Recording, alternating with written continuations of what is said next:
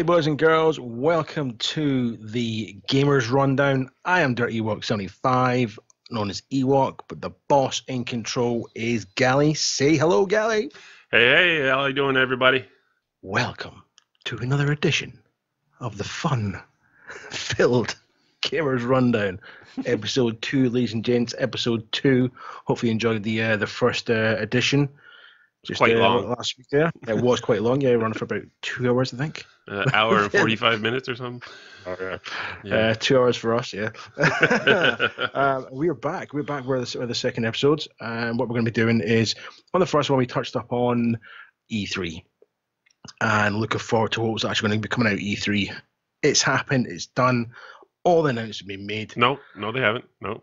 Okay, not all the announcements. Most of the announcements have been made. We've had EA, Xbox, a few others with their announcements tonight.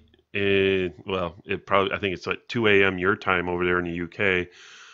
For me, it'll be 9 p.m. will be the PlayStation conference. So tonight we'll be able to see what's going on for PlayStation. But so far, we know what's going on with Xbox and pretty much PC. Yeah. Sorry, my bad. I did forget about PlayStation. My bad. But Gally's the kind of the subject matter expert in this, and I'm just kind of his wingman. So, in the hope that I don't get lost this week, I'm more of the technical guy. I go for the deep dives. He's a kind of guy that goes on the surface. I'm the guy that goes, yeah, totally, yeah, love it, yeah, next one. We've made a list of some games we're gonna, or Gally's gonna touch on, and I'm gonna try and give something to it, something constructive. And make it sound like I know what I'm talking about. And that's the way it's going to go. Hopefully this isn't going to roll longer than your average movie. And we're going to get stuck in. So I'm going to pass pass the power ball over to controls. Yes, my God, I'm lost of words today. The controls over to my illustrious leader of this little shenanigans, Gallifrey Madman. Take it away. All right. As we said, we've had some conferences go off. We've had EA go off. Most people don't really care about EA anymore. A lot of people just are tired of their shenanigans when it comes to their business practices. So they don't have a very good reputation in the industry. So most people just they take whatever they release on E3 with a grain of salt. They did cover on the Battlefront 2 stuff. There is some excitement and some buzz around that game, but we're not going to talk about that game today because basically we're concentrating on, with this podcast, we're going to concentrate on what Xbox showed. Because, of course, PlayStation hasn't been shown yet during the recording of this podcast. Now, of course, when we finally release the podcast, everything will have been done, but we have to record it when we're able to, and unfortunately, the PlayStation announcements and their conference will end up going off well after we can record the new episode. So next time we get together, we will talk about PlayStations, which is the one I'm really looking forward to because I'll be honest with you, I found Xbox conference to be a snooze fest. I really did. Some decent looking games there, but all in all, just some really boring stuff. But let's just touch on the very first thing they announced right at the beginning of the conference, Xbox One X. What do you think of the name of that? I think I prefer the Project Scorpio. I know that's the reason it's called. It was a project, but I do prefer that title. Xbox X for me it's a little bit lazy. Xbox S, that kind of has a purpose. Xbox S Slim, if you like. X, I don't get it. I don't. For me, it's a lazy thing. I don't think there should be any change to the title. It's kind of a run-of-the-mill title. It doesn't give you. I think for anyone who didn't know the ins and outs of it, or much about the history of Xbox X, it just sounds like it's just another Xbox. But Project Scorpio gets you, that's a bit intrigued, and it kind of leads people into finding out what Project Scorpio was about, or is about, should I say. So yeah, I think they've been a little bit lazy with it. One thing that was mentioned about the X is it's going to be even smaller. Yep, the smallest console ever in Xbox history. Smallest, and yet Microsoft's most powerful. Now, what? Why couldn't you start with that? Yeah, a few questions that are really going to arise from this, right? The Xbox One went down to Xbox One S. Then they had an issue. Kinect. Can't use Kinect, so you have to buy a Kinect adapter, which now they charge you. If you want one of the lucky ones that got it in the limited time you could get it for free, we'll charge you £30 for it. I did. I got one. No. Still sitting in the box. Now, you go even smaller. What else are they going to be moving out of the actual box itself? Because the whole thing with the Xbox One was to combat the problems that the 360 had with overheating and such. They made it that size to make sure there was plenty of ventilation. Okay, well, here's where I'm going to jump in, because Ewok was not able to actually watch the conference yesterday, and he was just skimming through the podcast. But Xbox One X is actually putting in liquid cooling. Ah, okay. So they actually have a liquid cooling system in there. Okay. Now that's going to take up room. No. So what else? No, it actually does not take up much room. You're not losing anything from the Xbox One S to the Xbox One X. What they are doing is they've just made things smaller, which they tend to always do, and they're just making parts smaller. They invented if I'm understanding what Phil Spencer said correctly, they've invented a new power distribution system that they've put into it. It's a completely new. It was invented by one of their engineers. So this is what's going to break down then, isn't it? Come on. It's good. I can't say that, because I have to say that the Xbox One and the Xbox One S are probably the most stable systems Microsoft has ever released in the Xbox, because, of course, we had the Xbox 360 overheating fiasco. And then, of course, the Xbox One, the original Xbox, that one had its issues too, but it wasn't really of an overheating issue. I can't remember what the exact issues are on it. It was so long ago. I mean, we're talking 13 years ago, 15 years ago, something like that. Yeah. Well, apart from the fact that it weighed as much as a small car, I could also be like Schwarzenegger, because I've got one here. I mean, you've got to admire the fact that obviously you mentioned, I didn't realize it, liquid cooling. So they're kind of taking something from the sort of the PC world, bringing it into the console world, which is something interesting. Obviously, they've announced the cost of Xbox X, and it's not cheap. It's not cheap at all. It costs the exact same amount as what an original Xbox One cost when it came out. That's your initial cost. I'm thinking about, if something goes wrong, we're looking at quite a lot of a pricey repair bill for it. If you could get it sent away, I very much doubt that. I don't think we're going to have breakdown issues, or at least we're not going to have issues that are standard overheating breakdowns. I don't think this is going to be a plague the Xbox One X. I think breaking down of that system will be all right, I'll say 95%. User error. So it'll be the user that I'm pretty confident that it's going to be a stable system because of what they've done with the Xbox One S. I'm confident that they're going to do it properly. My big issue. I'm going to make a guesstimate here. I reckon within 1 month of release, there'll be some major update needed to fix something that doesn't work on it proproperly. Programming wise, probably, yeah. It'll probably be a day one patch too. But they've hyped this up so much, right? It's going to be you can land on the moon with it, for fuck's sake. And for something to have this much attention and this much input financially, and obviously all the science that goes with it, this should be coming out the box with zero problems. It should be. They're hyping it so much that it shouldn't have a single problem about it.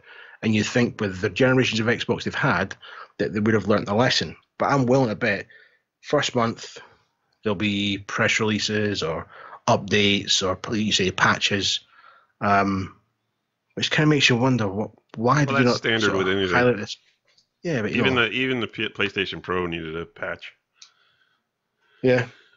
So I mean that's just standard. That's just gonna happen. There's gonna be something that they didn't think of, or something that somebody's gonna want, or people are gonna start saying, well, we should have had this, we should have had that, blah, blah, blah, blah. So it's just the real big thing with the Xbox One X is, I think what I don't think people are understanding is developers. They say, oh, we're giving all this power to the developers.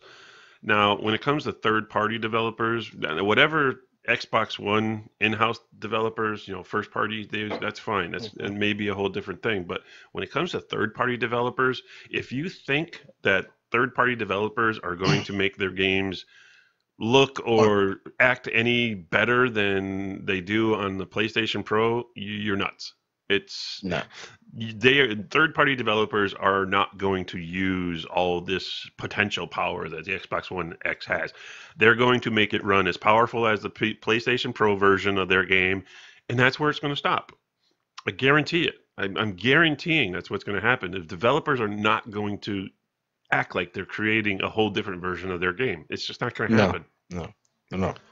So to me, the only way you're going to be able to take full advantage of the power that this system is going to have is in the first party development, whether it comes to games like Sea of Thieves, Gears of War, Forza.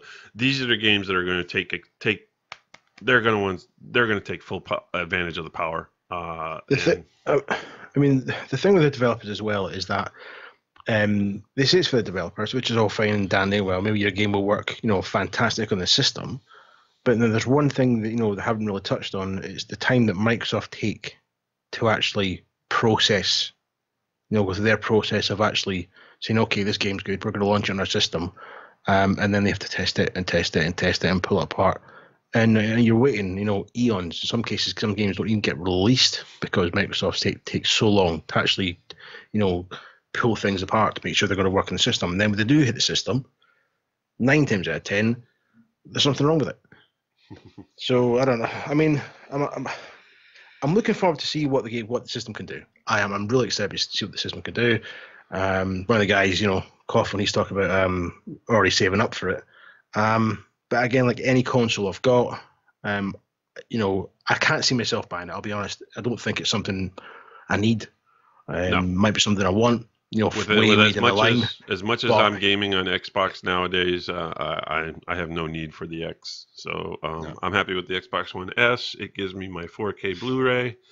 And but there will be people pre-ordering this, and going, not feed themselves for 60 days and stuff just to save money to buy this. And I don't wait for it. I'm not no expert, but if you listen to this, wait. Let it be tried and tested. Let the people who have the money go and buy it and see what the problems are before you go and wasting your money on possibly another system that is full of bugs and mistakes and what have you.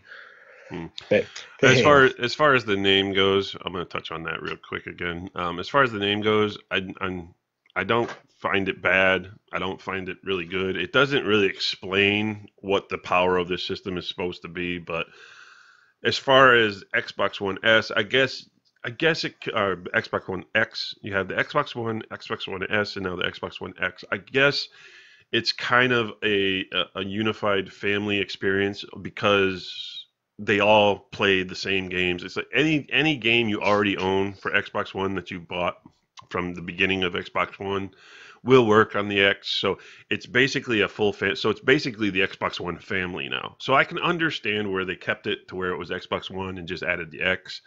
Well, now I probably wouldn't have stopped with just saying X. I would have put maybe Xbox One Extreme. That may have been better, or Xbox One Ultimate. I think leaving it ambiguous just to be a letter gives them a bit of a fail-safe. You say it's extreme, then people have an automatic expectation of how this thing could perform. Well, and that's what happens when you give us the specs. This is the most powerful game console ever created that can compete with Microsoft. PC, lower-end PCs. So yeah, that's extreme to me. That's an extreme console. This thing can handle anything that you throw at it. So we'll see. But enough Now on you the know what? Xbox One X. We don't want to be here all day just talking about the name and about the console itself, because there's a lot of games that were announced. I think they did a total of 40 something games, and One huge you surprise. you can't see me, but I'm putting up the air quotes exclusive, which Could they have thrown that about any more in the briefing? oh, I mean, Xbox we all exclusive. know that there is no such thing as exclusive when it comes to But some of the exclusives were just Xbox. Well, why it's is that an exclusive? It's nothing special. well, I appreciate the fact that they're actually using the term console exclusive now, because they realize, well, Yes. it's console exclusive. But if you're a PC gamer, you have no need to ever buy an Xbox One, because they all play the same games now. Every game Yep. that's on Xbox One is going to be on PC. So it's or already is, should I say? Mm. But it's just, I don't know. But the one they first started out with, and they started off the conference with this game, and I apologize because in our last podcast we started saying there was no real info that Microsoft was bringing this game to E3. No, it was hidden in underpants. Nobody knew about it. Yeah, really. It was kept well. It's a bigger secret than the assassination of JFK. That's a bigger secret. And that's what I find surprising, because usually Xbox is very vocal about Forza. And you know what to expect. You know it's going to be their big gun when it comes to E3. This was very low key. It was speculated from some people that it wasn't going to be there. Even I started thinking, because there was no real word on the game. I thought maybe it wasn't even going to come out this year. They were actually going to take their time to make it good for a change. We're wrong. And I was completely wrong, and I apologize about that. But they did. They led the conference off with Forza 7, again showing a real car, the new Porsche 911 GT2 RS, whatever it is, a real powerhouse. The fast one. It's a fast one. Still not as fast as a Ferrari, but God, I don't know. Maybe, I don't know. But it's Forza 7, and yeah. And just like every other Forza that has been on Xbox One, it looks beautiful. It really does. It does look good. I mean, the trailer looked good. The one thing that actually caught my eye more than anything was weather and time of day effects, which we haven't really seen. We haven't seen in Forza before, really. You know, supposedly they're using dynamic weather now, so we'll see. Yeah, it looks like they've got dynamics. And visually, looked really, really good. You know what caught my eye when I first watched the video? The chick. Oh, it seemed to be all the drivers were female. Yeah. Nice rag. Yeah. And then of course the two people they bring up on the stage to show you the gameplay were of course female drivers. So it's like, I don't know what's with Forza. They're really going hard at the female drivers now. I don't know, but the game I don't think they're going hard at the female drivers. I think the female drivers probably have something to say about that. But yeah, I think the game looks beautiful. The game looks beautiful, and it always does. I will never take that away from Forza. It looks absolutely gorgeous. Will it play any better than the others? No idea. That's got to be the biggest question across. I mean, you said something alarmingly about something like 700 cars. Was he said there? That's what he said on stage. 700 cars. 700 cars, right? In the current Forza, there's probably somewhere around about 500 or so. Correct me if I'm wrong. How many of those cars are actually driven? On average? It's a waste. It's probably complete waste. Maybe even less than a quarter, to be honest. And it's nice to give people all these options, but I said this when I raced Forza, as did you, Gally, is we don't want cars. We don't want 700 cars. What we want is dynamic weather, which looks like they're going to have.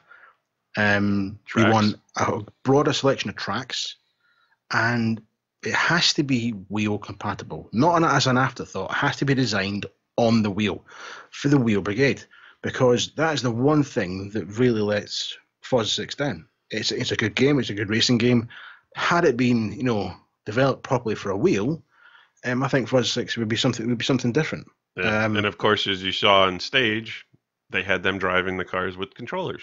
That's the biggest problem Forza faces, is it's built for people to just plug and play.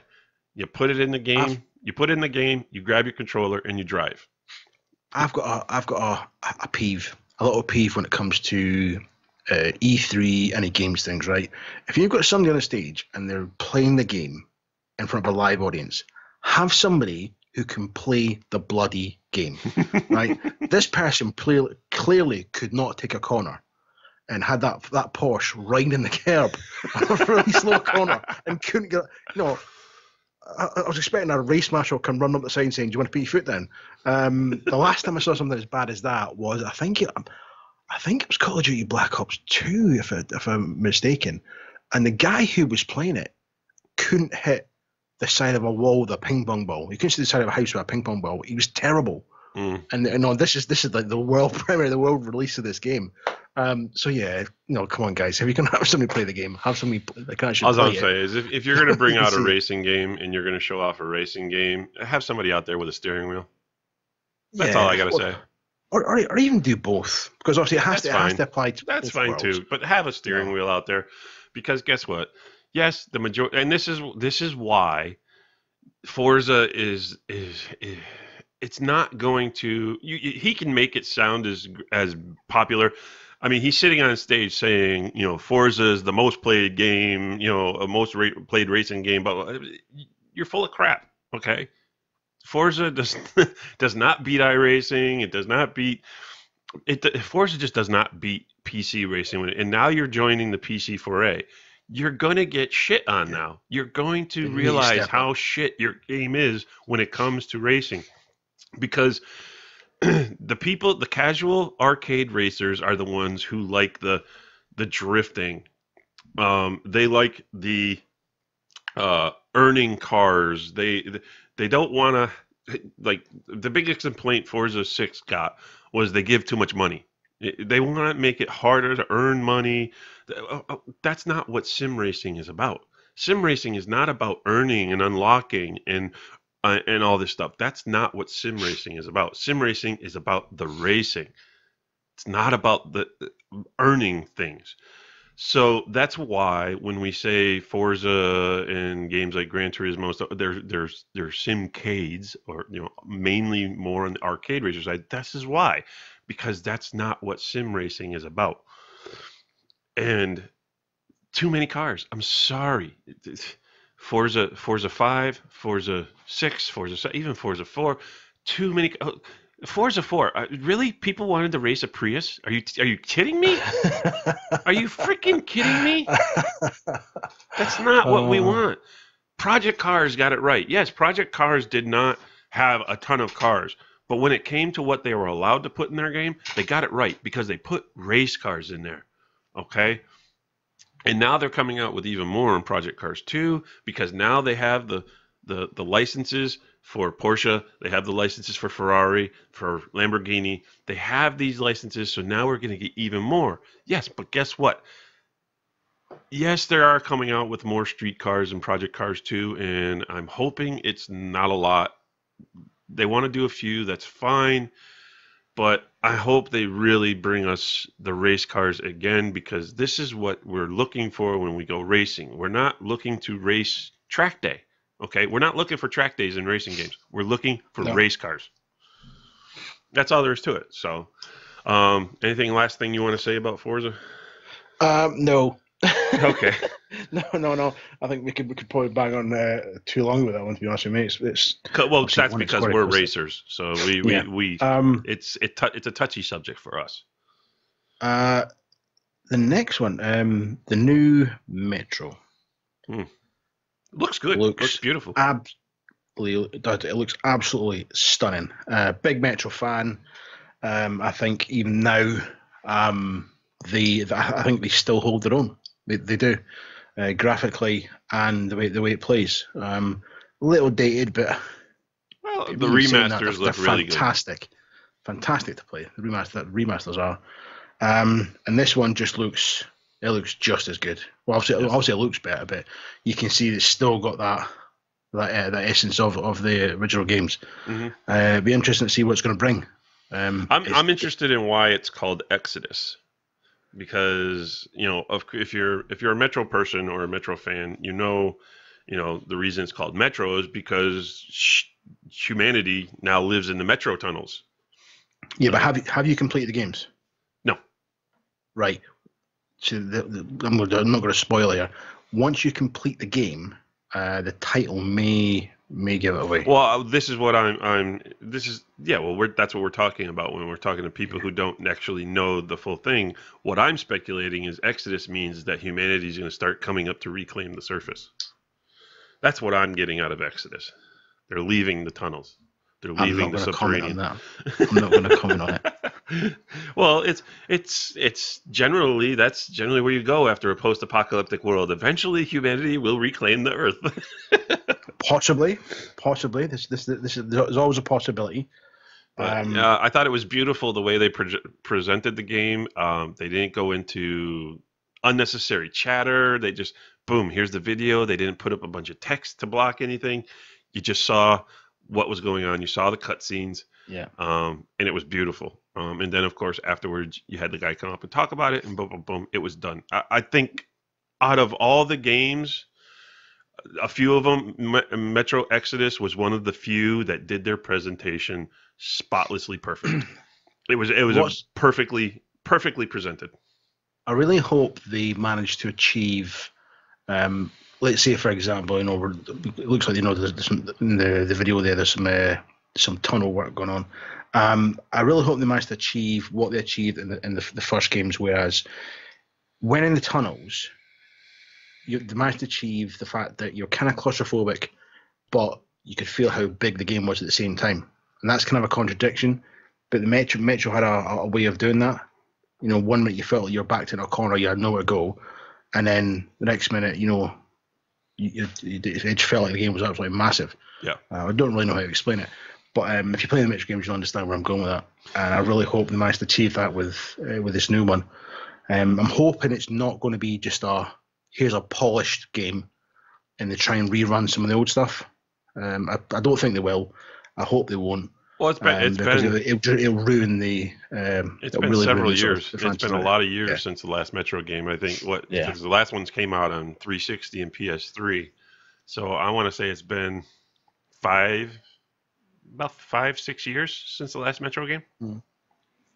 I think they were more popular when they got revamped, actually, because they did. The originals. They did because they came in a package. You can get both games, and I didn't really get it, and then I bought the Redux.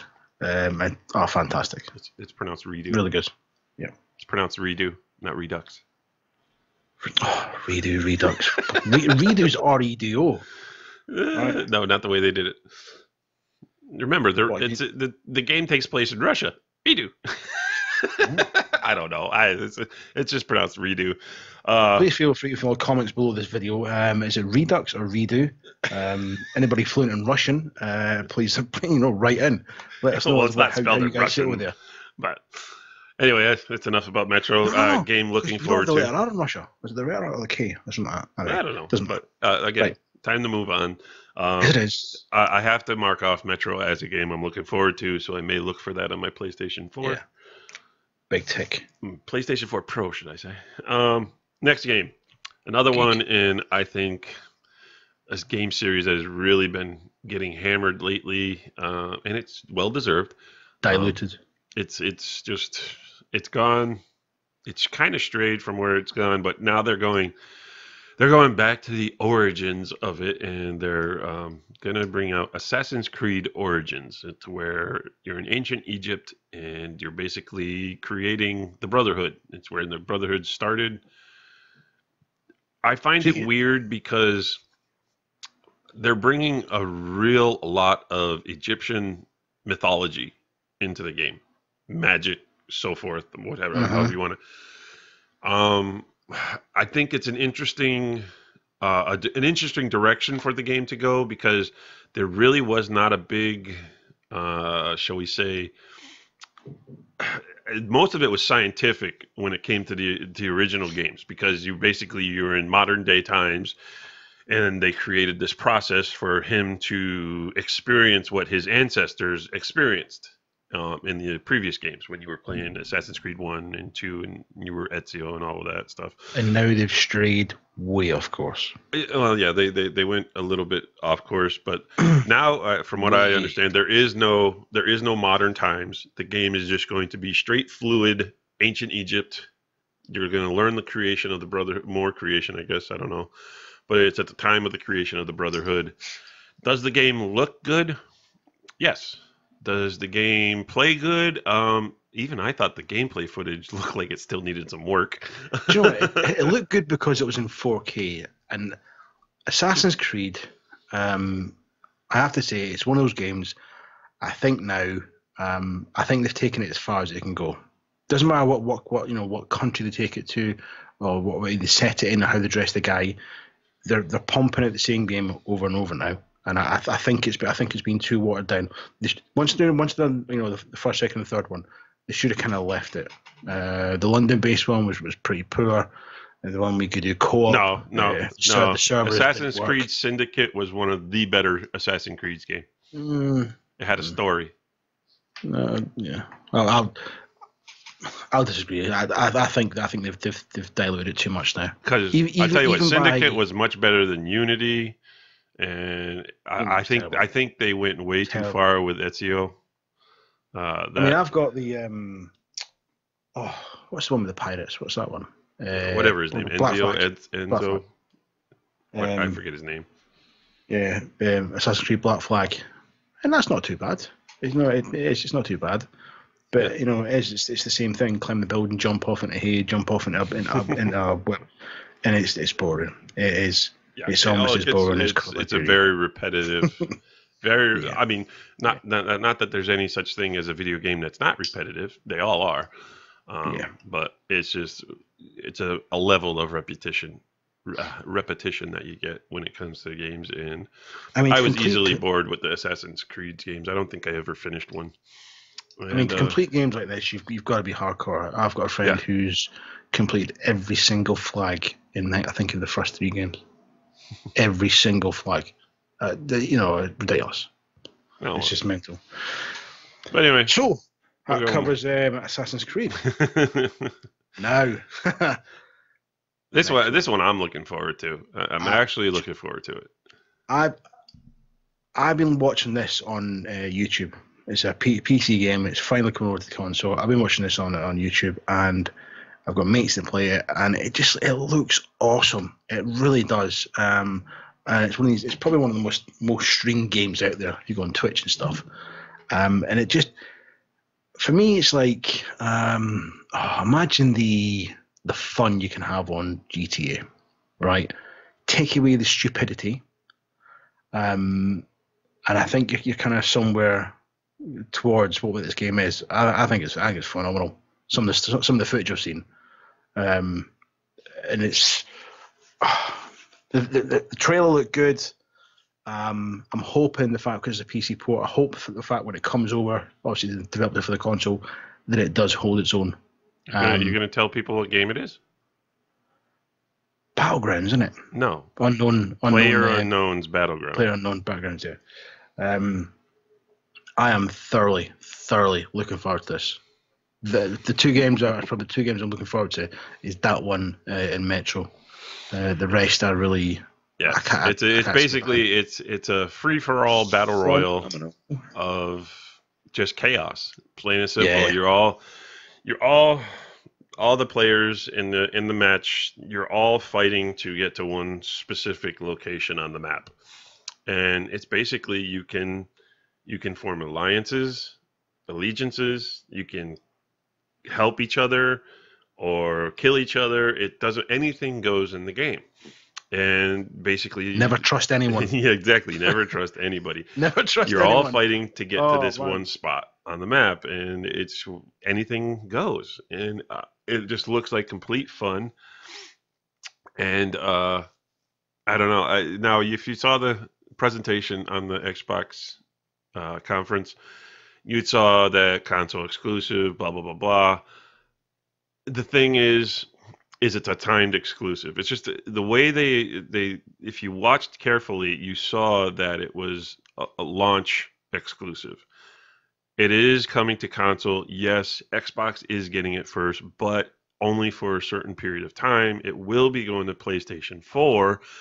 Only problem is we don't know how long Xbox is going to have it for, and if the game will be relevant, still relevant by the time it gets to PlayStation 4. So there's your things. But yes, PS4 will be getting the game.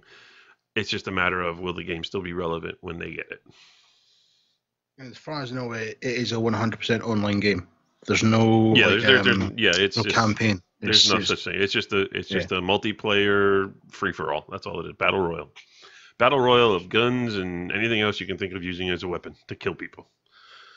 And the games get chaotic. If you watch the presentation, from what I've heard, because I haven't played the game, because I'm not a PC gamer, from what I've heard is the footage they were showing on the Xbox conference was pretty tame compared to what actually goes on in the games.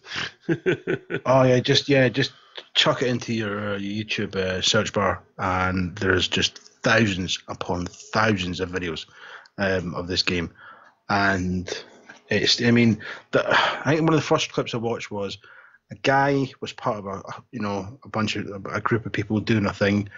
He decided to turn on them and take a couple of them out, and then snuck back to some campsite on the game, unknown to him. Mm-hmm. He got followed. So they basically waited for him to get comfy in his little camp and then opened up all hell. You can be as sneaky as you want, you can be as violent as you want. But from what I can see of the game and what I see on the PC gaming side of it, you've got to watch because there are consequences. If you're gonna screw somebody over, be prepared to be watching your back the whole time you're on the server, because people are out for vengeance. Well, that's the point. Good, it's a free for all. It's a battle royale. That's good, man. Okay, so moving on to the next game. This one my son doesn't stop talking about because he's looking forward to it. Is State of Decay 2, which was by and large, I have to say, one of the best zombie games out there when it came to survival. It released on the Xbox 360 and then was remastered to the Xbox One. And yes, it was very good. The game was it was ever evolving, even when you weren't playing the game. So it was. If you say you stayed away from the game long, if you hadn't played the game in a week, it was very likely that you'd go back into the game and your camp was either wiped out or your character was dead, because it's one of those games sounds like Ark. Very much. You have to stay on top of the game because it's always evolving. You have to always be building your camp up, hunting for food. So it's survival. So, and to me, I don't want to sit there and be required to always have to go to a game. If I'm going to play a game every day like I do with Destiny, it's because I want to be on there doing stuff. I don't want to feel like I have to get onto a game so my characters don't die. That's another reason why I don't play Ark. It's kind of screwed up morally because you're being punished basically for not being online. Now, surely that or wanting to play other games. People are doing 24 hours online without a single break because they don't want their character to lose anything. You can have people going nuts, sleep deprivation, It's still going to appeal. It's going to appeal to people, and the real big, the main thing that's really people are cheering about now is that it's actually going to have co-op. To where the original State of Decay was a single-player only game. You had to experience it all by yourself. This one's actually, from what it looks like, is a 4-player co-op. And so you and 3 of your friends can all get together to actually play the game, to survive together, to build up your camp. So now, a little bit better, you're not alone in having to keep your camp alive. So you'll be able to enlist friends to play with and experience it. I know my son's probably going to try and get me to play with him, which I probably will, but Um, Weak. I'm kind of, I don't know, I'm kind of over the whole zombie thing because it's just so washed out. I mean, unfortunately, that's what happens in today's society. Something just gets so overdone, and zombies is it for me. I don't have any interest in any zombie games. I don't have interest in. I mean, hell, I even dropped off watching The Walking Dead because it just started. I don't know. Other things that I was more interested in started popping up. It's not that I don't like Walking Dead or anything like that. It's just I've kind of I needed a break from the whole zombie genre thing. It really did. Was it scaring you? No, it's just it started boring me. Boring, yeah. But anyway, State of Decay 2 finally with co-op play. I don't know. We'll have to see how good it actually plays out. The next game on the list here is kind of an Overwatch-esque type of game. I think it's coming out to try and compete with my them. list is different to yours. That's good. So everybody knows how insanely popular Overwatch is. It's probably the most played. I'm not sure on PC, but on console, Overwatch is the most played multiplayer game right now. It topped Really? Destiny. Yeah. Well, Overwatch is. Oh God, it's just massive.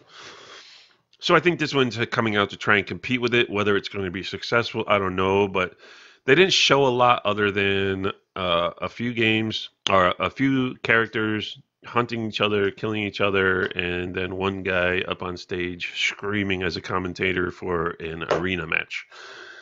But the game is called the Darwin Project, and basically I think it's just there to compete with Overwatch as a battle arena type game.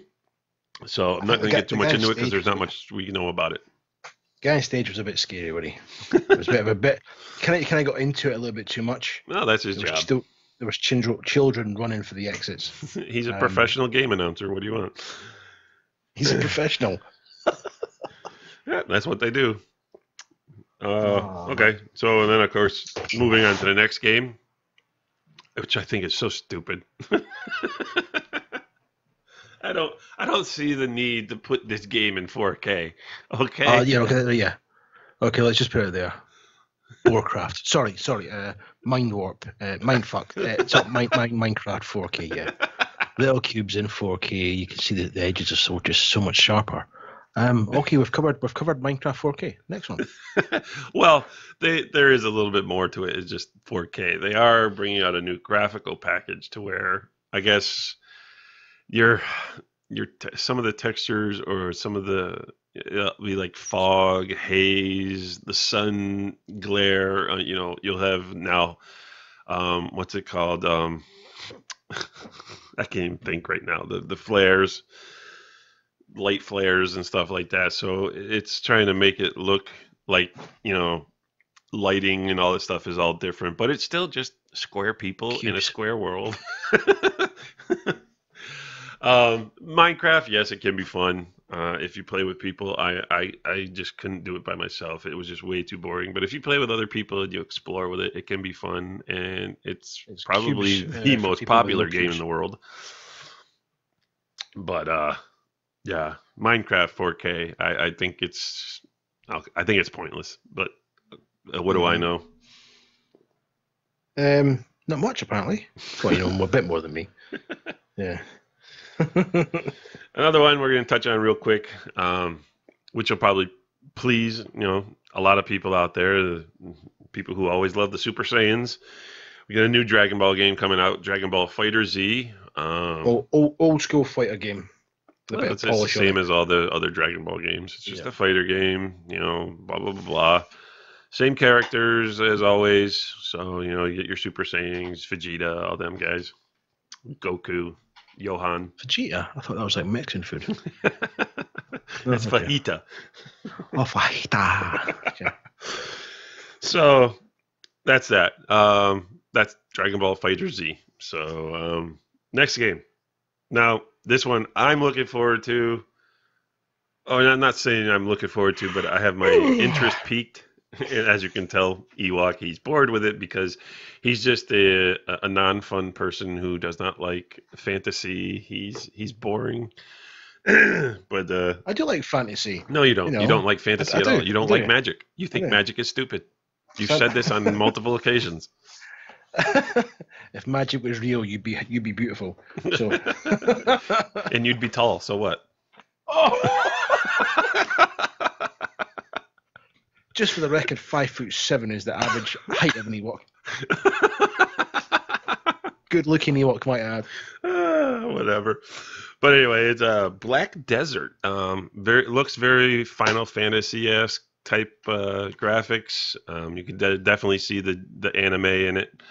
But it's an MMO RPG, and it looked good. I'm going to probably look at it more as more is released on it. But it definitely looks like a good game as far as what it looked graphically. I don't recall them saying exclusive on it. So whether it's exclusive to Xbox, Windows, I don't know, to Microsoft, I don't know. But it's something I'm going to definitely look at more because, to be honest with you, I need reasons to want to still turn my Xbox on. So Porn. no, shut up. Oh my God. I got to deal with this all the time. You see what I have to deal with, people? That's the type of mentality I have to deal with. There's nothing wrong with my mentality. Okay, next game. Looks interesting. Graphically, it's meh. I think it's odd. But it's original. It's innovative. So I take a next gen game and drop a Minecraft dude in the middle of it, That's not that bad. but a little bit taller. No, it's just they have a good background graphics, a little bit, a little clear, but then they have like the 80s type of pixelated character. Your character is more pixelated than the rest of the background. Yeah, the game is called The Last Night. What it actually entails, I don't know. We haven't researched the game at all because there's others. We just haven't gotten to it. But it's just, I don't know. It's one of those independent games out there that we'll have to see what is really entailed with that. But again, you got nice graphics in the background, pixelated characters. So we'll see what happens. Another game I just really didn't understand, and it's just, is it a game? Is it a music game? Is this the one with the weird guy? Yes. His glasses, yeah. I think the best way to describe the artful escape artful escape would be to take LSD as much as you can physically get your hands on, and just watch it. It's one of these arty farty games, I think, where someone's went, right, we need something new, we need something original, something that's going to blow people away, and someone's dig deep into their mind to come up with this. I mean, it is a good looking game. It's original.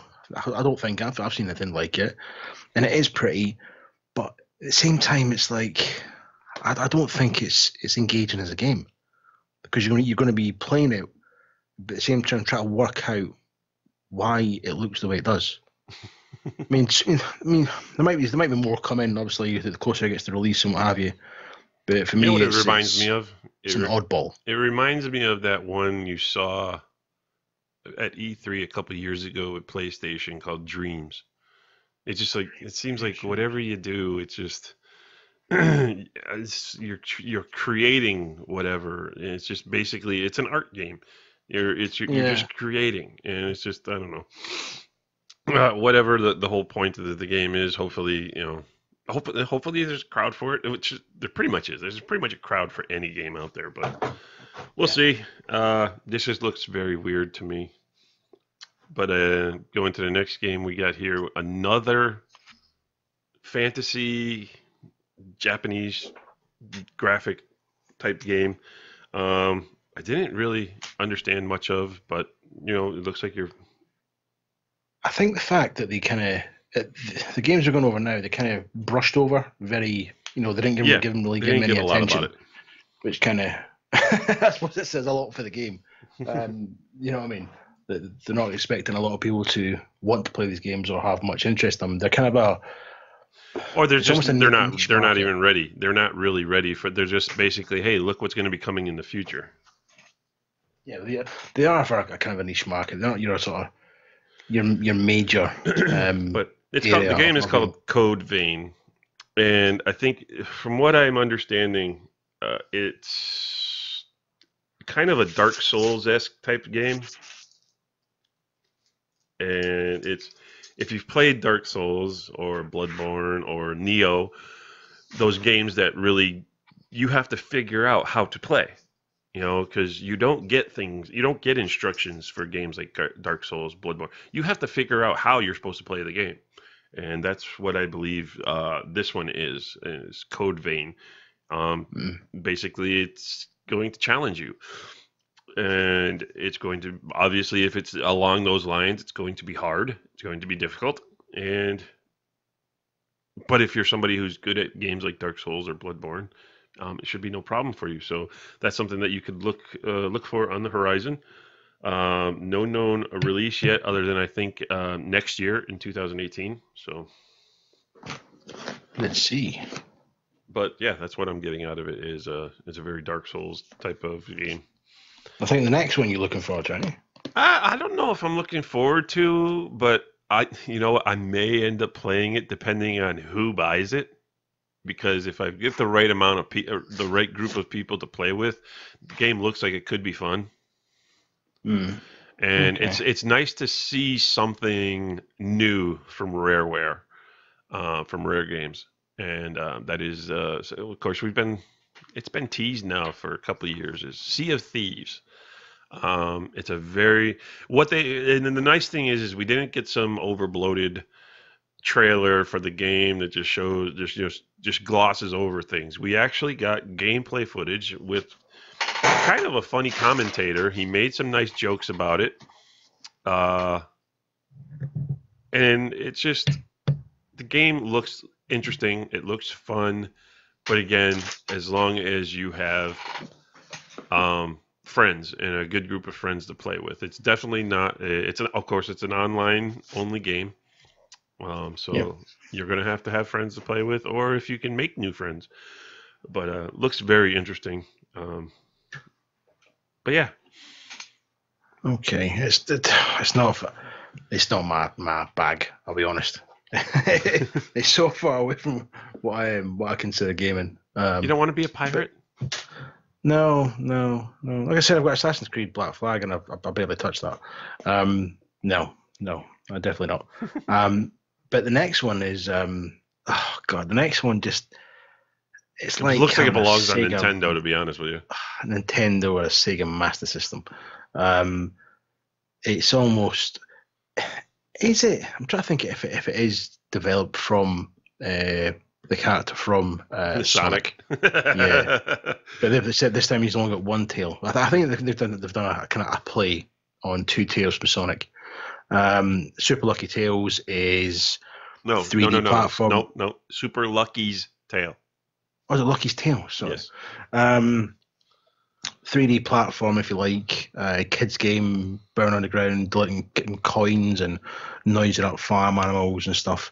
Looks the sort of game your kids would play and really enjoy playing. If it's a game that an adult would play, you have to question, why is an adult playing this game? I don't think it's a game for adults. I really don't. I think it will sell quite well.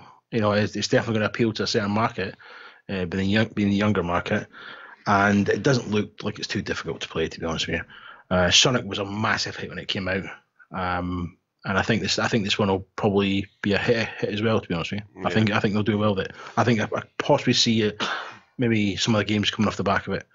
It's got that look about it. Yeah. Yeah, it's definitely that Sonic Mario-esque type game. Yeah. But yeah, it's a 3D platformer, plain and simple. And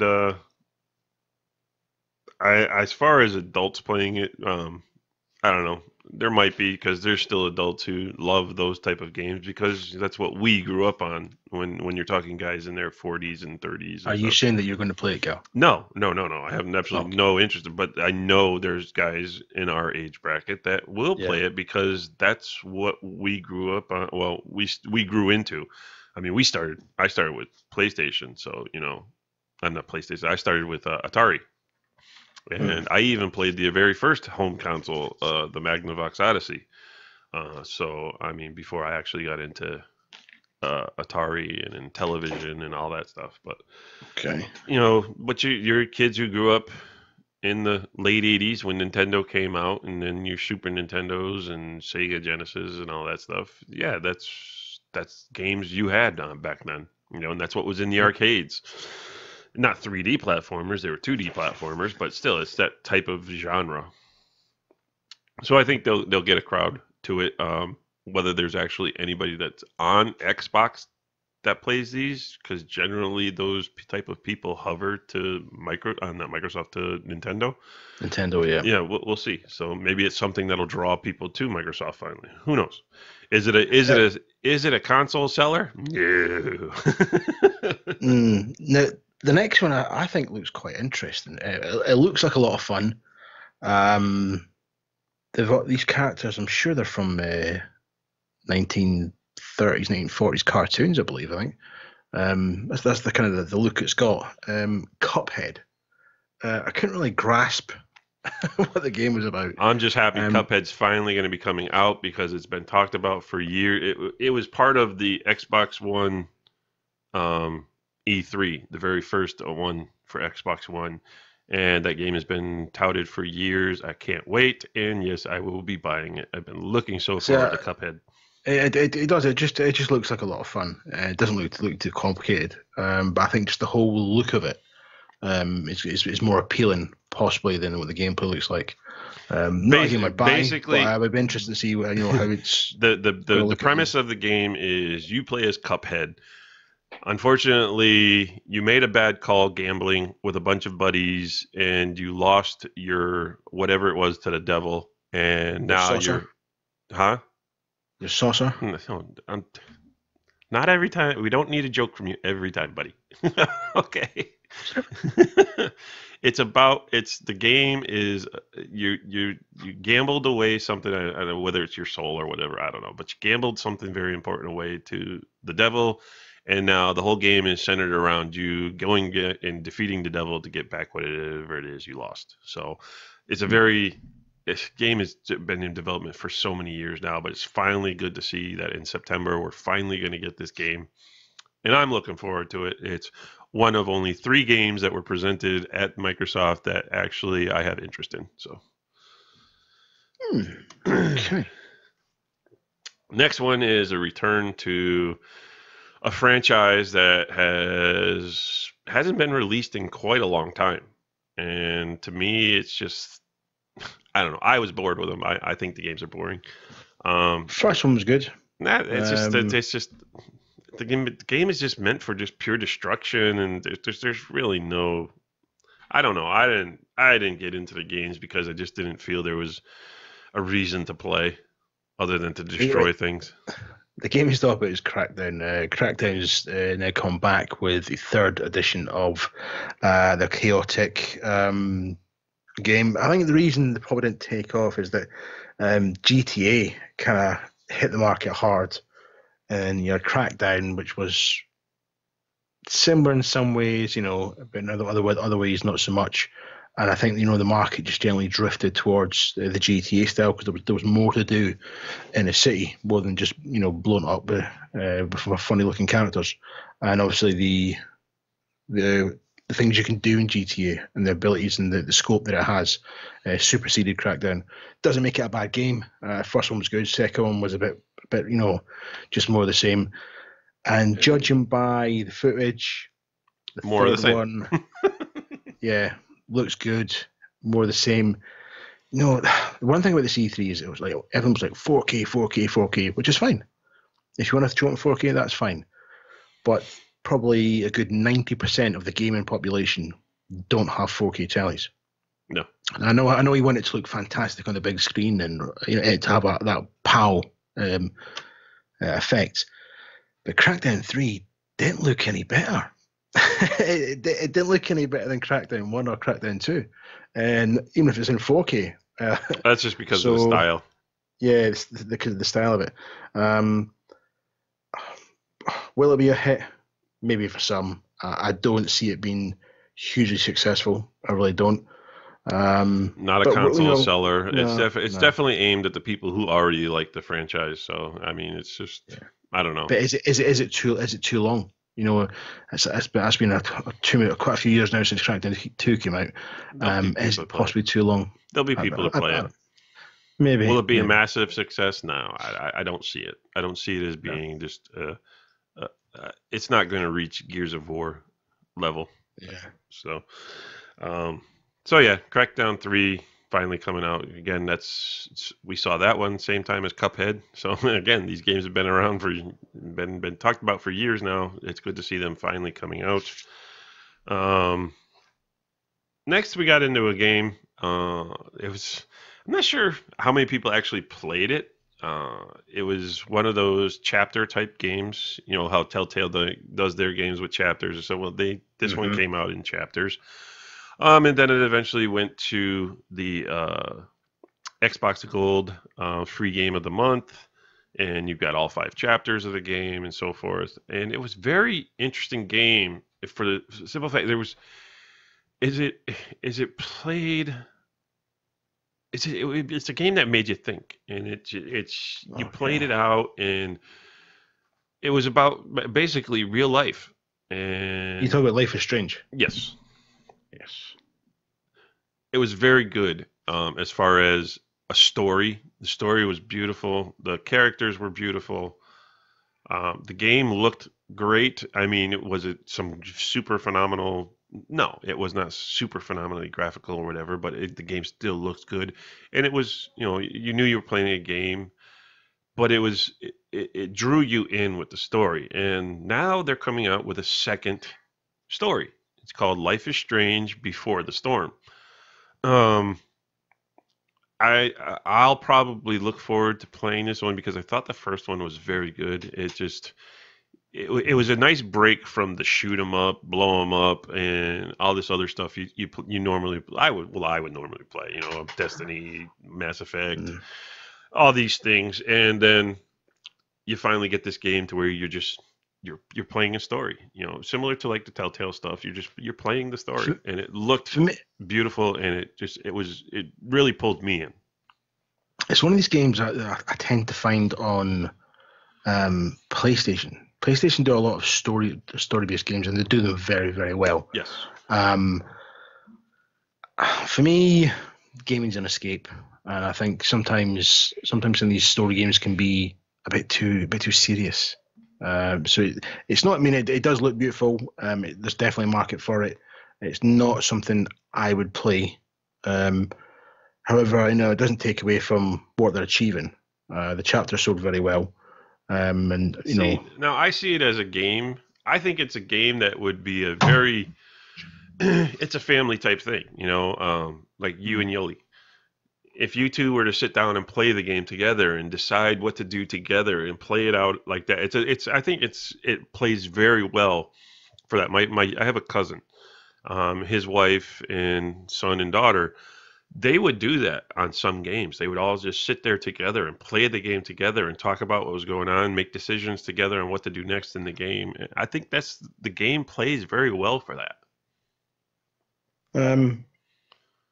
okay, mate. Uh, we can't agree what shop to go to. So I don't think we put Xbox together.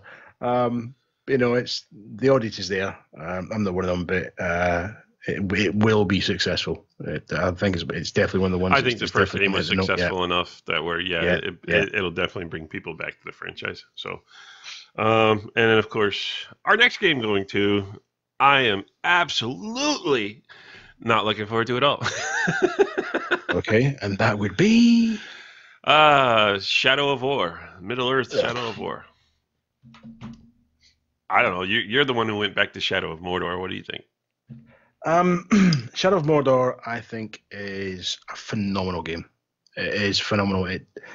I've had it for both consoles. But saying that, I downloaded it for the PS4 and I've hardly touched on PS4. I do think it's a phenomenal game. It's really, really good. This next one, it does look like more of the same. It really does.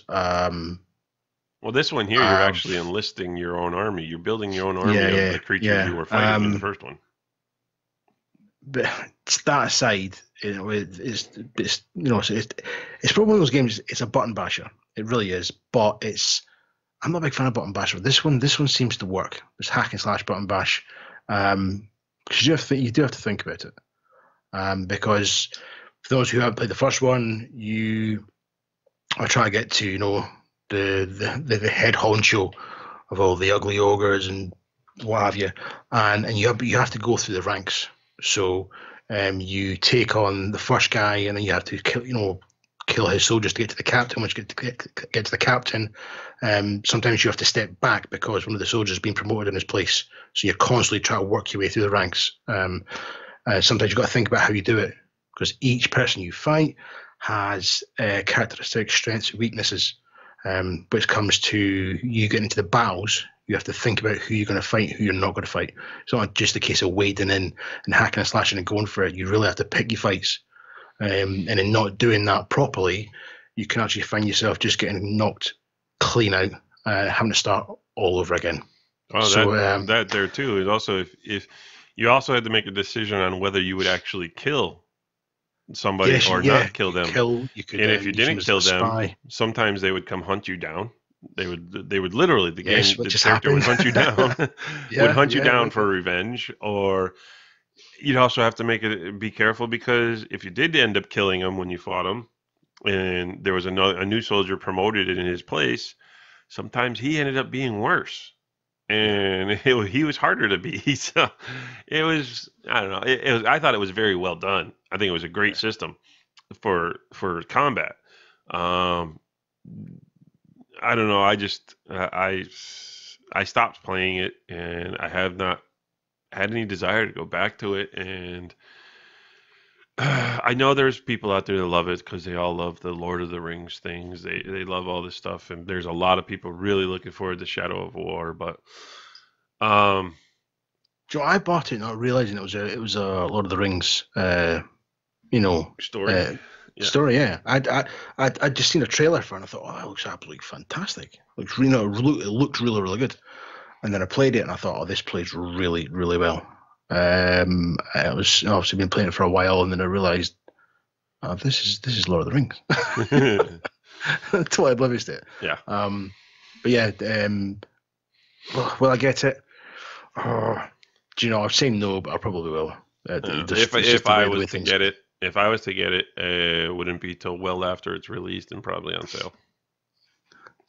I'd have to finish the first one before I bothered, though. Because the first one's a single player. Yes. If they could release that in some sort of co-op aspect, probably be much fun. That'd be good. I think the thing that was nice about the first one, Shadow of Mordor, is it used the Batman mechanics. Now, those of you who know Batman had some of the best fight mechanics in games. And when Shadow of Mordor brought in those mechanics to use it, that's what made the game a lot more fun to play, because you had swords and stuff like that. So it was melee attacking. It's not a gunning, aiming and gunning and sniping and stuff type of game. It's swords and bows and arrows and maces and axes, and so using the Batman mechanics for their fight system was very good. And the game wasn't bad. Please don't even think I'm saying it's a bad game. It's just a game I had trouble staying involved in, and I just haven't gone back to it because other things have come out. It's a very antisocial game. The first one, very, very, and it's a game that, I would even go as far as to say for me it's a little like Destiny. Is you jump on it, and then you find yourself consumed. You go, I'll just go on for an hour, and then several hours later, you're still playing the game. But you don't want to come off it. Once you're on it and you've got that flow and you're doing what you're doing, you don't want to come off the game. And when a game has that hook on you, the developers, the studios, and everyone involved in it, they've got it right when they have that hook on you. Destiny has that nailed. You go in there and you can't just do an hour. I've tried. I'm not a huge Destiny fan, but I own it on both consoles, and I've tried, and you can't. you can't. You go, I'll just do one more, and that one more gets repeated in your head about 36 times, and then you find that you've lost half your day. Now, it's not a bad thing, because when you're playing a game that you enjoy and that looks beautiful, then you don't regret losing the day. Unless you're married, then you have to explain yourself to the wife. But no, it's good. It really, really is good. I'm looking forward to it. Looking forward to it. Yes. Okay, so this is the next game is one I'm absolutely looking forward to, and it's a reason for me to turn my Xbox on, because I absolutely love the first game, and not so much Ewoks type flavor, but Okay. it is a platformer, but it was just so good, and I'm so happy that they're bringing out a second one, and that is Ori and the Will of the Wisps. Now, if you're somebody who played Ori and the Blind Forest, I mean, you cannot deny how absolutely amazingly beautiful the game was. It was, and it actually had length to it. It took you a while to play the game. It had a great story. And there was even some times where it tugged at your heartstrings. And I absolutely loved Ori and the Blind Forest. It's probably one of my top 10 favorite games ever. And the fact that they're bringing out a second game, Ori and the Will of the Wisps, is just, I am so excited. It's like, wow, there's number one. That one is the number one reason why I'll be able to turn my Xbox on again. Really looking forward to it. And if you haven't played the first game, Ori and the Blind Forest, I highly, highly recommend it, especially now that there's the definitive edition that has more of the stuff to it. And it's not expensive at all. Beautiful game. I highly recommend, and get ready for the second installment. Okay. Not my cup of tea, I'll admit. Not much is. That's not fair, man. No, I've narrowed you down. If the game doesn't have guns and explosions and a modern day feel to it, you have a hard time getting into it. I've just sat here and said how much I enjoy Shadow of Mordor. I don't know. Games just, I don't know what it is. I don't know. I like stuff to be happening. I don't want to be sitting around too long. I mean, I did play a game. If you have no idea about Ori, the game is completely action packed with you trying to find your way through the mazes and puzzles, and you're collecting abilities and so forth, to where whether you can have a double jump, you can glide, all this stuff is just built into the game. But I don't know. I think, I'm not a big platform gamer anymore. I've gone on to the open world, 3D, all that stuff. Yes. I'm more of a third person player than a first person player, but this game just was absolutely amazing. And I loved it. Absolutely loved it. But well, mate, you are, I'm a gamer, but you are like, a geek gamer. Do you know what I'm saying? Geek gamer. No, because you get, you like some, like, your fancy stuff and what have you. But you like some really, I would say, peculiar games. But John, you like some games I don't think that you would like. The weird, wonderful, the fantasy ones, and like some of the ones you're going about today. And I think that's not something I can see you playing. Because some of these games to me look like something like like kids would play, or the sort of games you would see, these half-dressed girls on Twitch try to get money out of you. The games I'm talking about. Yeah. And that sort of game, it doesn't appeal to me at all. But I know you're in your fantasy and your magic and all that sort of stuff, so it really gets you, gets your spirit moving on that one, mate. But each to their own. But there's plenty to choose from. Yeah. I mean, PlayStation to come. I can't wait to see what PlayStation's going to bring in their presentation. Yes, that's tonight for me. Will they put to bed any rumors to do with sport, GT Sport? They've got to. I mean, we might be an even bigger surprise, bigger than Forza 7. Yeah, they might turn around and go, actually, you know what, we're cancelling it. But we're not going to delay it. We're just going to cancel it. Everything we said, ignore. It doesn't work. Looks good, but it doesn't work. We shall see, man. We shall see. Yeah. But the last game that Xbox brought to us, and they closed the show with it, and of course they brought out the vice president of EA. It's a game from BioWare, and I think it's going to be, I don't know, you've got a double-edged sword here, and it's not good on either side. One, it's EA, so people hate EA to begin with. Mm-hmm. And then you have BioWare, which has always been a beloved developer, but the fiasco that happened with Mass Effect Andromeda is something that is going to probably hurt them. Now, you heard a lot that, Mass Effect Andromeda was bad. Oh, this or that, the graphics, blah, blah, blah. Okay, fine. Were any of the problems the game had really deal breakers for me? No. Mass Effect Andromeda was still a good solid 8 or 9 out of 10 for me. And that was before some of it was even touched up on and some of the graphics were fixed. But you're a Mass Effect fan. Yeah, but this had nothing to do with the original Mass Effect story. It had nothing to do with it. It's a completely new story. Yeah. Was there did it lack enemies? Yeah. Basically you only had one real enemy in the whole game. Was the story bad like people were saying? Hell no. I've never understood where people were saying the story sucked. The story was exactly how the story should have been for what the whole project was. I don't understand where people were saying it was a bad story. I thought the story was well done.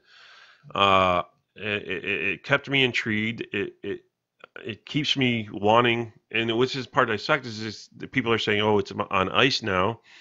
BioWare and EA have said the game is on ice now, so that's like, oh, so you're telling me we're not going to get our DLC for this game? We're not going to find out what happened with the Quarians because we know the Quarians. Spoiler alert right here.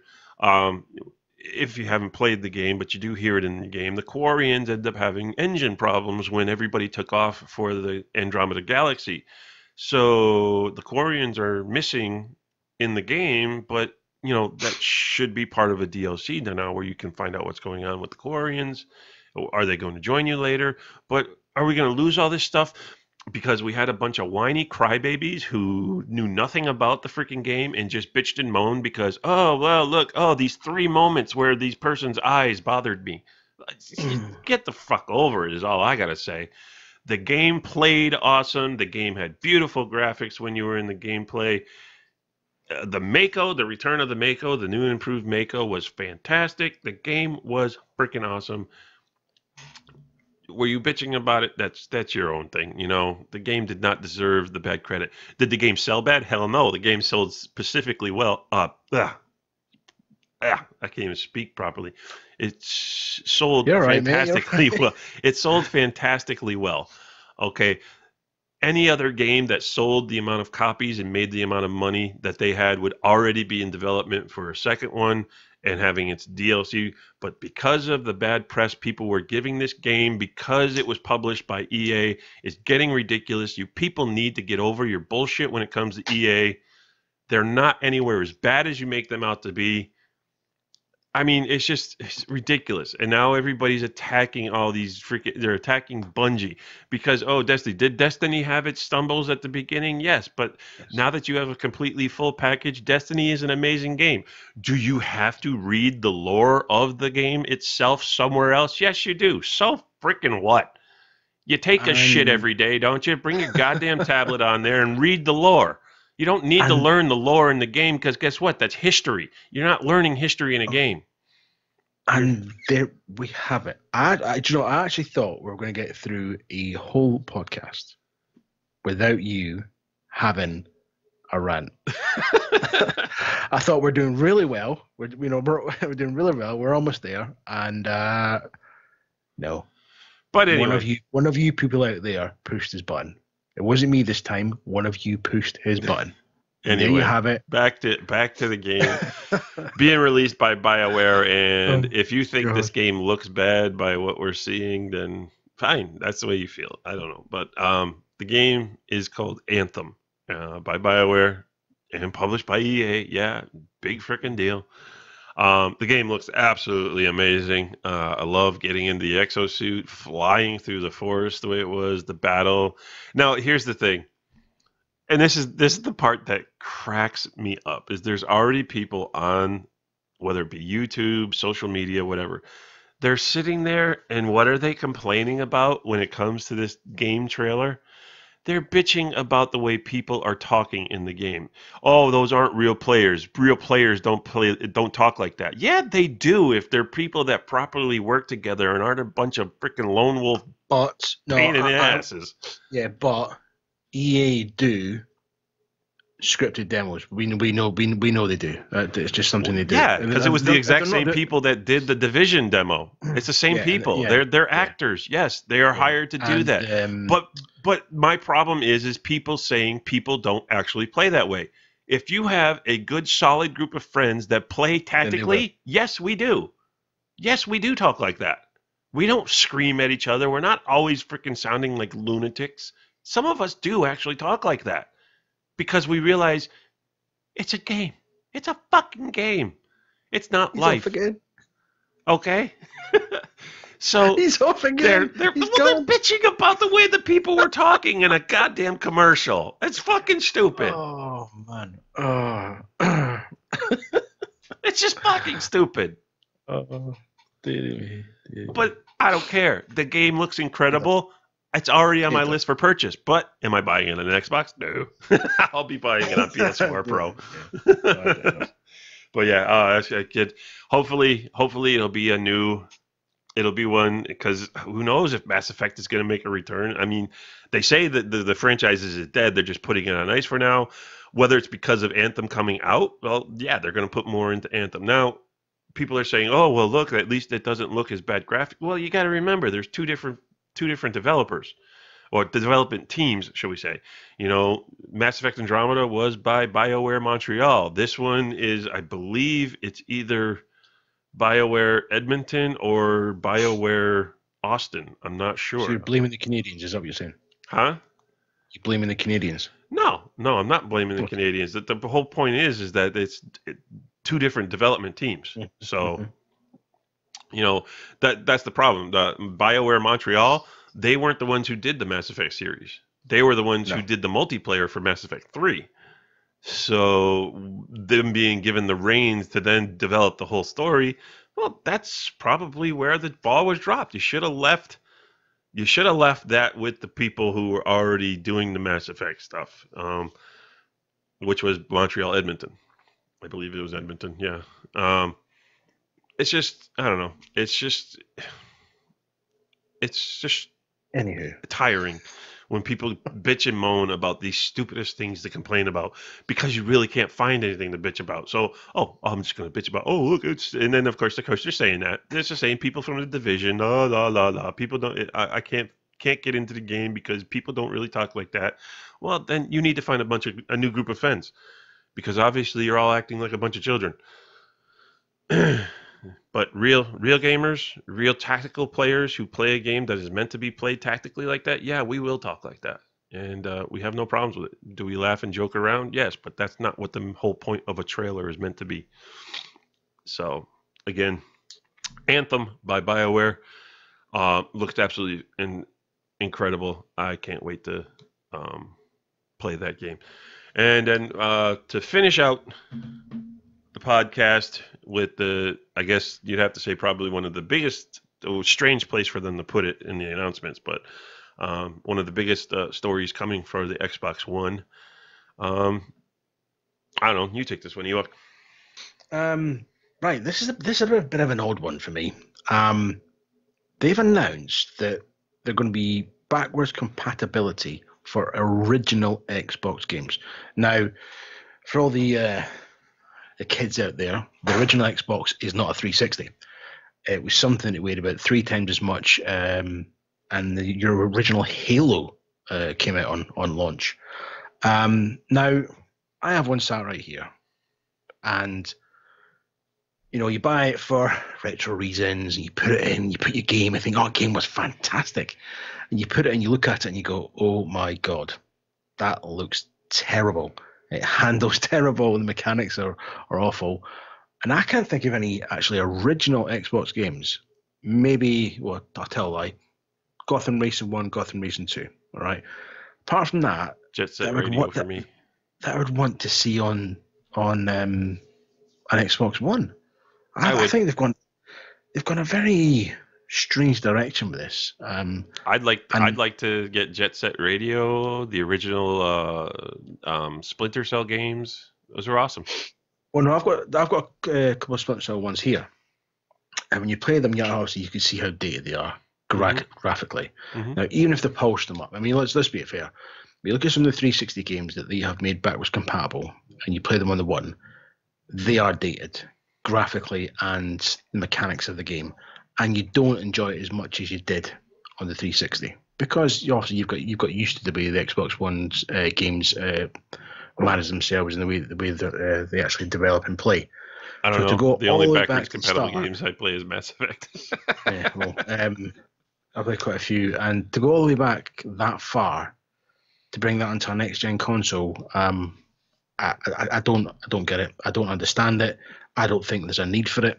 I really don't.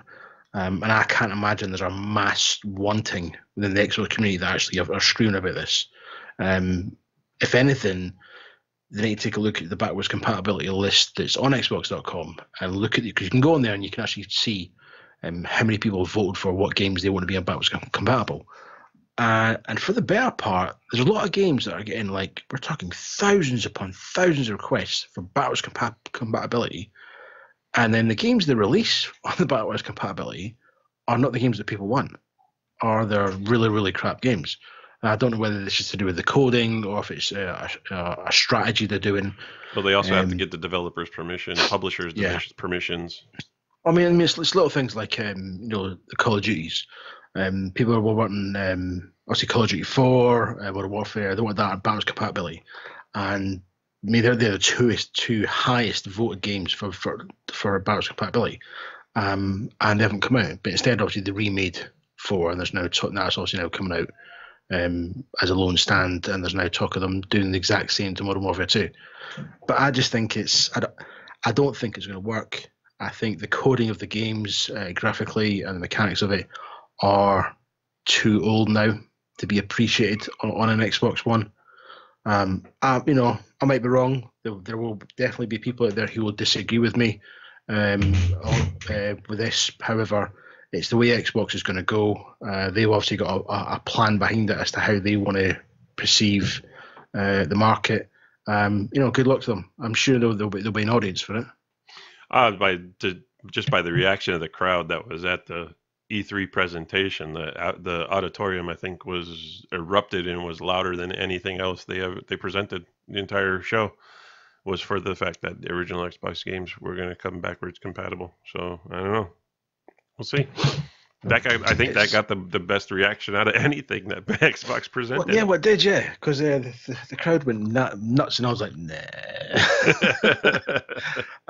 Whether the entire crowd was planted, I don't know. Well, do you know that hasn't done in the past? Yeah, hasn't done in the past.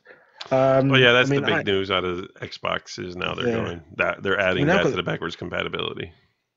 I have the original one sat here, and I've probably got best part of 40 games sat there, and I don't think I can't remember the last time I actually played one of the games, or even plugged it in. For me, I bought it as a retro thing for my gaming room, and it sits here in the slots. I've got 4 slots, so I've got that, the 360, the one, and the PS4. And for me, it's just there to see, because that's where my gaming started. Yep. But no, they've got a plan. It'll work, I'm sure. There may be a few surprises with it. There may be some games they, recodes and work fantastic. Be interesting to see. It will definitely be interesting. We'll see. We'll have to see. Yep. But it doesn't matter what game you play, whether it be 360 game or an original game. They all automatically look a little bit better when it goes up to Yeah. the next one. So even the Mass Effect games look a little bit better on Xbox One. Not huge, just a little bit better. They don't lose their style or anything, but they look a little bit better. And then of course, whatever games you have on Xbox One will look better and load faster on Xbox One X. So if you're somebody who's going to Yes. invest on the X, well, congratulations. Good luck to you. I hope it works out for you the way you want it to. As far Just burn your as wallet. as far as third-party games being made to be better than PlayStation Pro games, not going to happen. It's just so don't. I know that argument's going to happen. Oh, we're more powerful than you. Blah, blah, blah, blah. So what? The games will only be made to the power of the PS4 Pro. They will not be made to the full extent of the Xbox One X. That's just I don't No. see it happen. I don't see developers putting in that extra time. I don't. It's not going to happen. So here's an idea. Let's do a PlayStation podcast.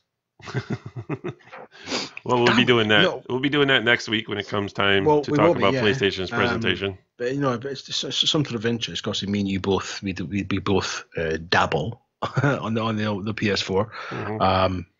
So yeah, and I will make sure that I watch the briefing in time to absorb Yeah, said you- information. Well, like it'll be on at 2 Before the a.m. your podcast. time tonight, but you can watch it during the week. Yeah. I was busy this week, but it'd be interesting to see what they've actually got to put on the table. Because I don't know. I really have no, apart from the GT Sport, there's nothing really I can think they're gonna put out there. I'll be honest. We'll see. Yeah. You've probably already got a few ideas, and being that you are, so I'm actually going to have to do some digging, do some research, and see if I can actually oust you on the next one with a fact or some other information that you don't know. Now, I maybe set myself up for a huge fall here. I suspect I am, but I need to try and find some quirky, hidden away fact that Gally doesn't know about PlayStation. I'm actually going to challenge myself to find something he actually doesn't know. So yeah, so I'm going to be digging in the deep dark web to find something out. Just so I can get a one up. Yeah. But anyway, so that's it. That's pretty much the entire Xbox One presentation in a nutshell. The only thing we didn't talk about is the montage. ID at Xbox montage, only because they just threw a whole bunch of games in there. Some of them look decent, some of them don't know what they are. So that's pretty much it for us today. I know Ewok's got some soup waiting for him made by his lovely wife. Yes, poor soup. Me, I've got some errands to run because, of course, it's still early in the day for me. So I will be heading out the door, making some runs, and we'll be back next week. Also, look for us to be streaming some games on the channel as well through PlayStation, because of course you can stream directly from your PlayStation to YouTube. So be looking out for those to be hitting the channel too, not just the podcast. So we're going to keep trying to bring you more and more content, maybe some videos, some streams, the podcast. We're just going to keep adding to the channel, and I don't know, just keep an eye out for it.